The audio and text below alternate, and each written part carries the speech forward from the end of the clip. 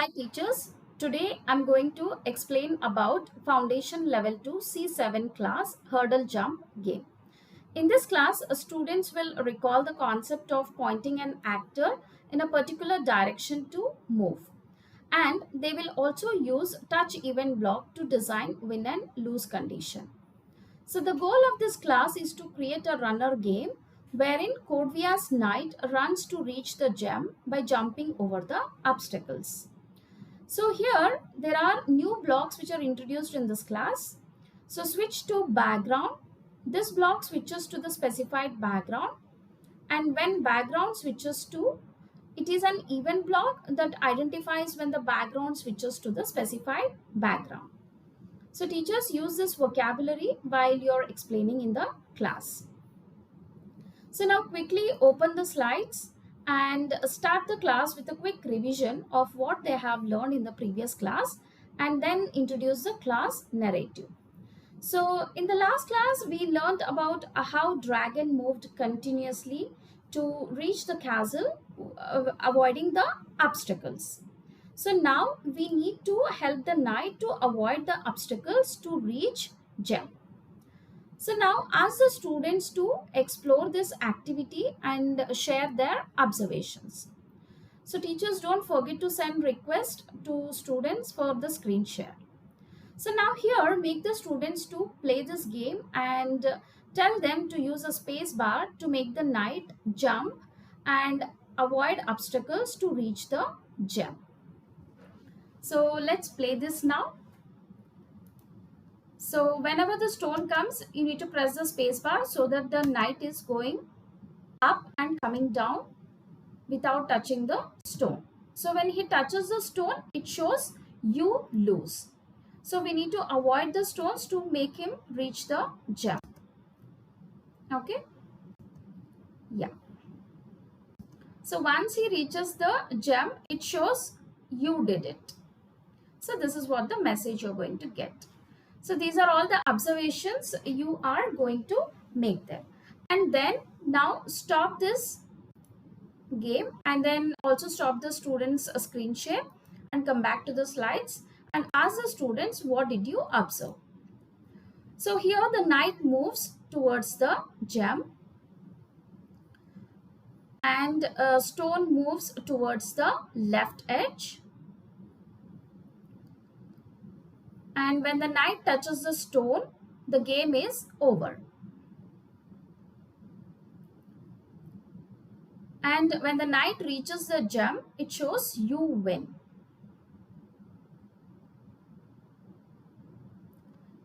Yeah. So these are all the observations which are made in the game. So now we need to identify the game elements. So we have knight and we have obstacles and we have the goal, that is to reach the gem. So then discuss the game rules here. So when the knight reaches the gem, it shows you did it. And when the knight touches the stone, it shows you lose. So to create this game, we have 4 missions. So the first one is move towards the gem. And mission 2 is move the stone. Mission 3 is jump over the stone.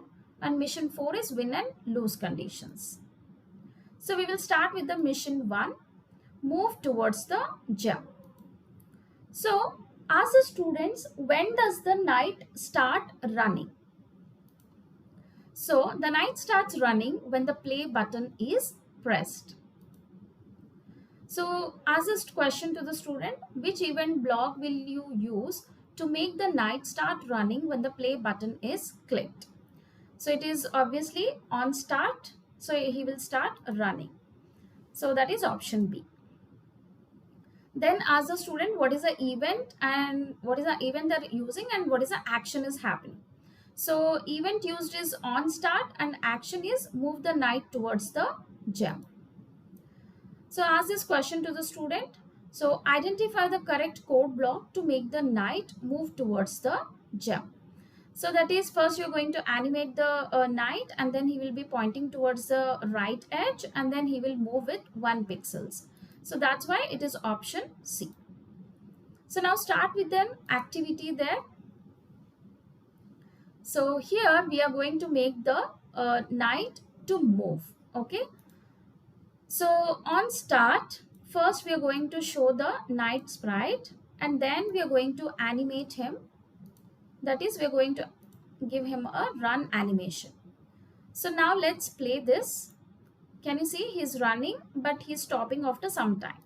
So we need to make the knight run continuously. So that's why we are going to use a forever loop. So now he should always start pointing towards the right edge. Okay, so for that we have to use here point towards right edge. Okay, and then we need to make him move with some pixels there. Okay, so we need to use a 50 pixels to move the knight. So let's use 50 and see it. Okay, so let's play this and see. So he's moving so fast here, right? So to make him move little slower, okay, so we are going to use the wait second block. Okay, so this is how your code should look like. Okay, so now let's try this code and see. So can you see he's now moving slowly. So this is how we are going to make our knight to move. So then come back to the slides, and then now the student is going to perform this activity. So let's see this, and teachers, please send the request for the screen share. The same code to be done here. On start, forever, animate, run. Okay, and then he should point towards the right edge, and then move with some pixel values, that is 50, and then wait block. Okay, so teachers, always this point towards should be above the move block. Okay, so because like whenever we are moving in a particular direction, first we will point towards that direction and then we will move. So that is the reason always the point towards should be above the move block. Okay, yes, now run this and see the output. So this is how the knight will start moving. Ask the student to save this code and then stop the screen share. So then just have a quick revision like what they have learned here. So to move an actor, we must do the following. So we are going to use a point towards, and we are going to use the move pixel values. So the same way we are also going to code the stone. Okay, stone should start pointing towards the left edge and it should start moving with 1 pixels. So congratulate the students for completing the mission 1. So now let's start with the mission 2. So in the mission 2, we are going to move the stone. So as the students, on which event does the stone start moving? Okay. So whenever we start the game, the stone should start moving. So that's why it's an option B, on start. So then discuss the event and action which is taking place. So we are using that when game starts, point to the left edge and move the stone. So just ask them to recall like how they have made the obstacles to move in the previous class. So we use it there like when wall is touching towards the left edge, so it has to go back to the right edge and it should be like a loop.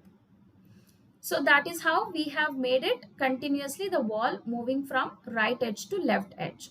So in the same way, we have to make in this game the stones, when it is touching the left edge, it has to come back from the right edge.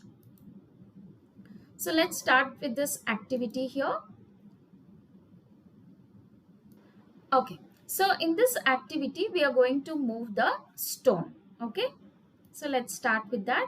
So on start, we are going to show this, and then we are going to use the forever loop, and we are going to make it point towards the left edge.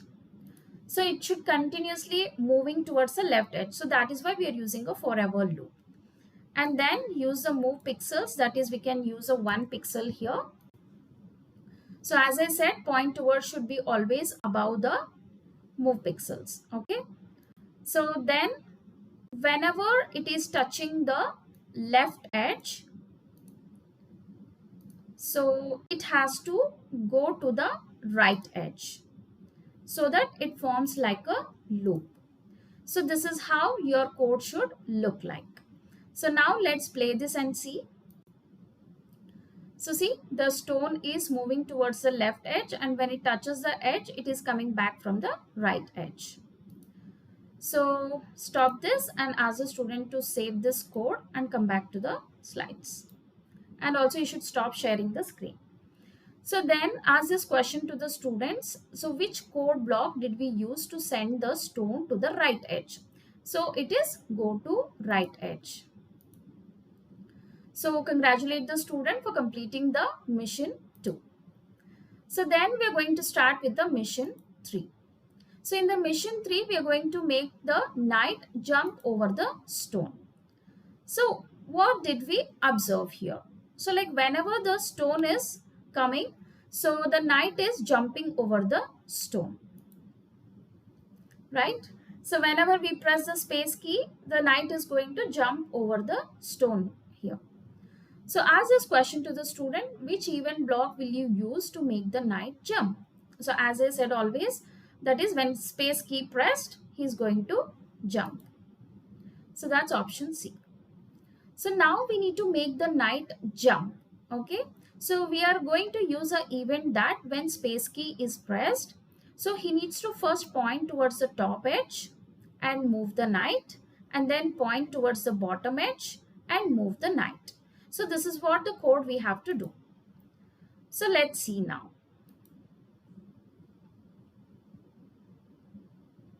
Okay. So here we are going to make the knight jump over the stone. Okay. Let's start doing the code for it. So now when space key is pressed, okay, so it has to point towards the top edge and then move to the 100 pixels. Okay, so now let's try this code and see.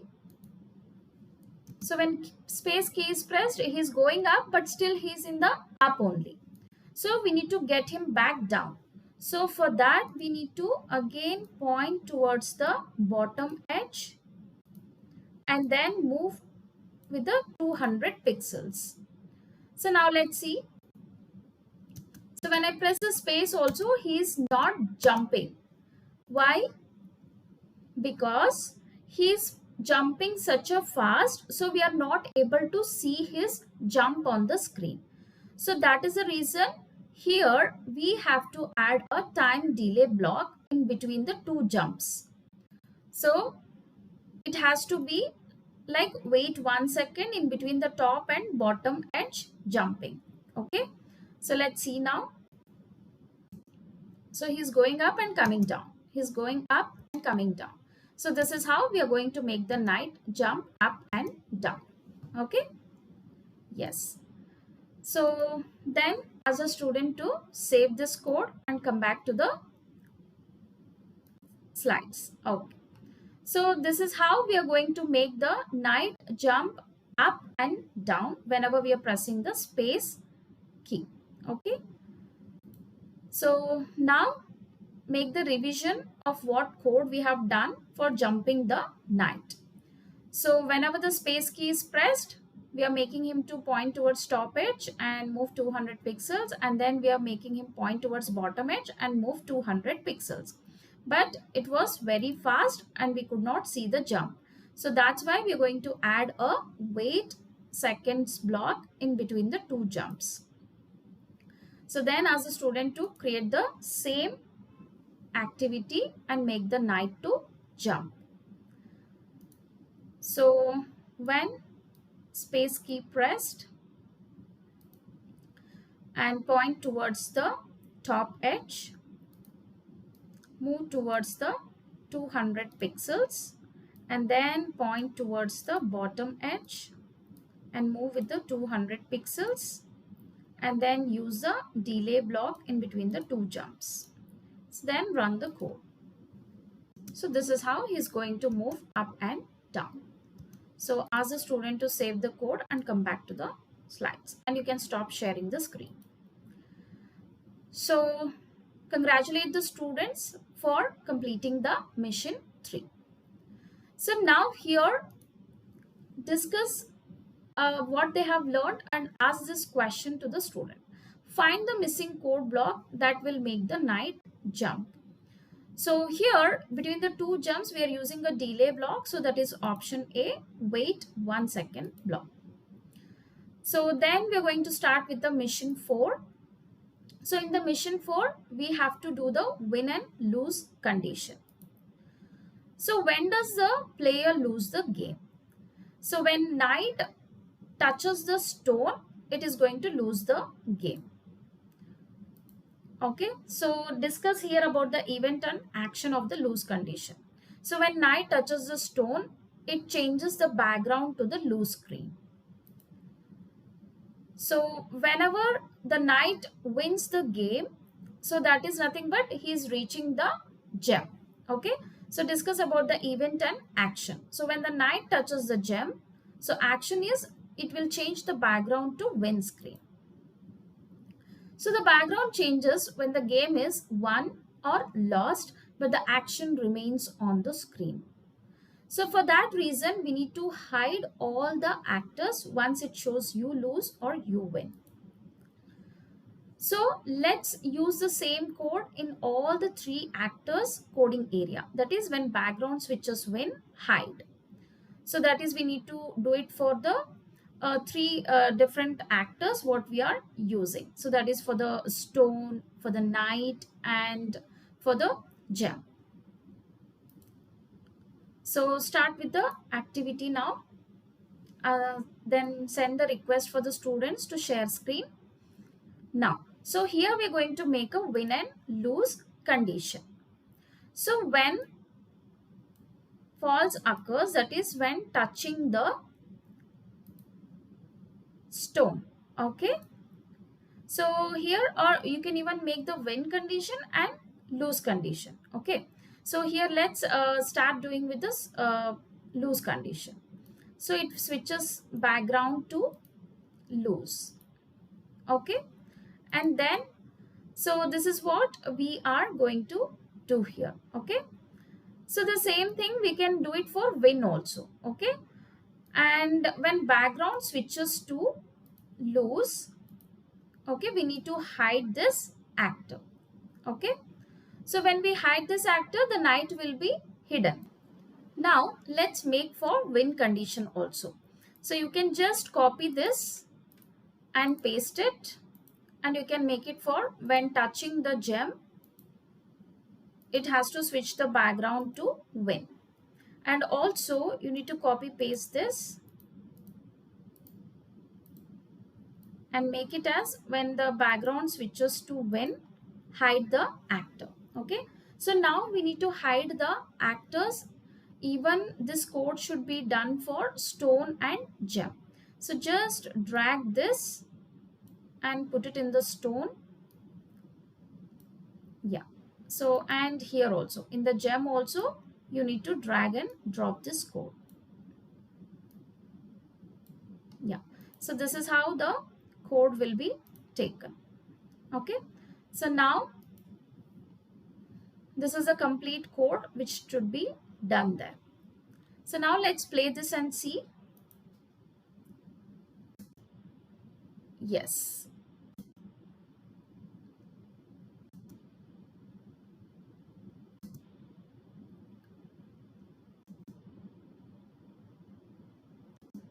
This is you lose. Whenever you touch the stone, it shows you lose and all the actors are hidden. So now let's see for the win condition.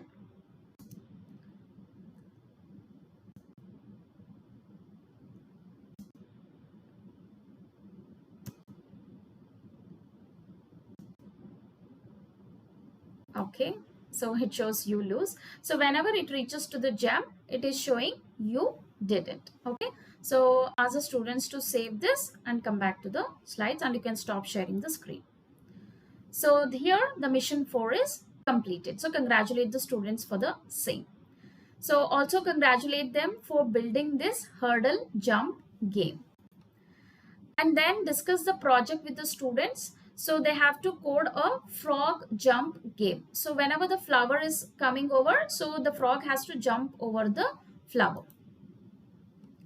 So let's have a quick revision of how we made the knight to jump over the stones. Okay, so whenever the space key is pressed, we will first point towards the top edge and move some pixels, and then wait for some time and then point towards the bottom edge and move some pixels. So this makes the knight to jump. So then whenever this background switches, so it will show the this block switches to the specified background. Like whenever the event is taking place, when the knight is touching the gem, it switches the background, right? So this is what we have learned in today's class. And when background switches to, so this block activates the background, switches to the specified background. So these two are the new blocks which we learned here. And now let's see the additional activity. So we need to add a game instructions here. So like whenever we use space bar to jump to avoid the stones, so that is we need to press the space bar. So for that we have to add the gaming instruction here. So let's start doing that. So here we need to code in the stage area. Okay, so let's click on stage and take this on start. We need to say there, use space bar to jump and avoid the stones. Okay, so this is instruction we are giving. Let's run and see. So can you see, use space bar to jump and avoid the stones. So this is how it will display the instruction. So ask the student to save this code and come back to the slides. So then additional activity 2. So we need to play the sound every time the knight jumps. So let's add the sound there. So here we need to add the sound like whenever we start the game. Okay, so we need to attach the play sound block to the when space pressed. So here when space pressed, we need to play the sound of anyone you can choose here. Okay, so if you want, you can choose with the game gain point, or any sound if the student likes, you can change to that particular sound. So let's run and see. So whenever you are pressing up arrow, so it is playing the sound there. Okay, yeah, this is how the play sound is added. So ask the student to save this code and come back to the slides.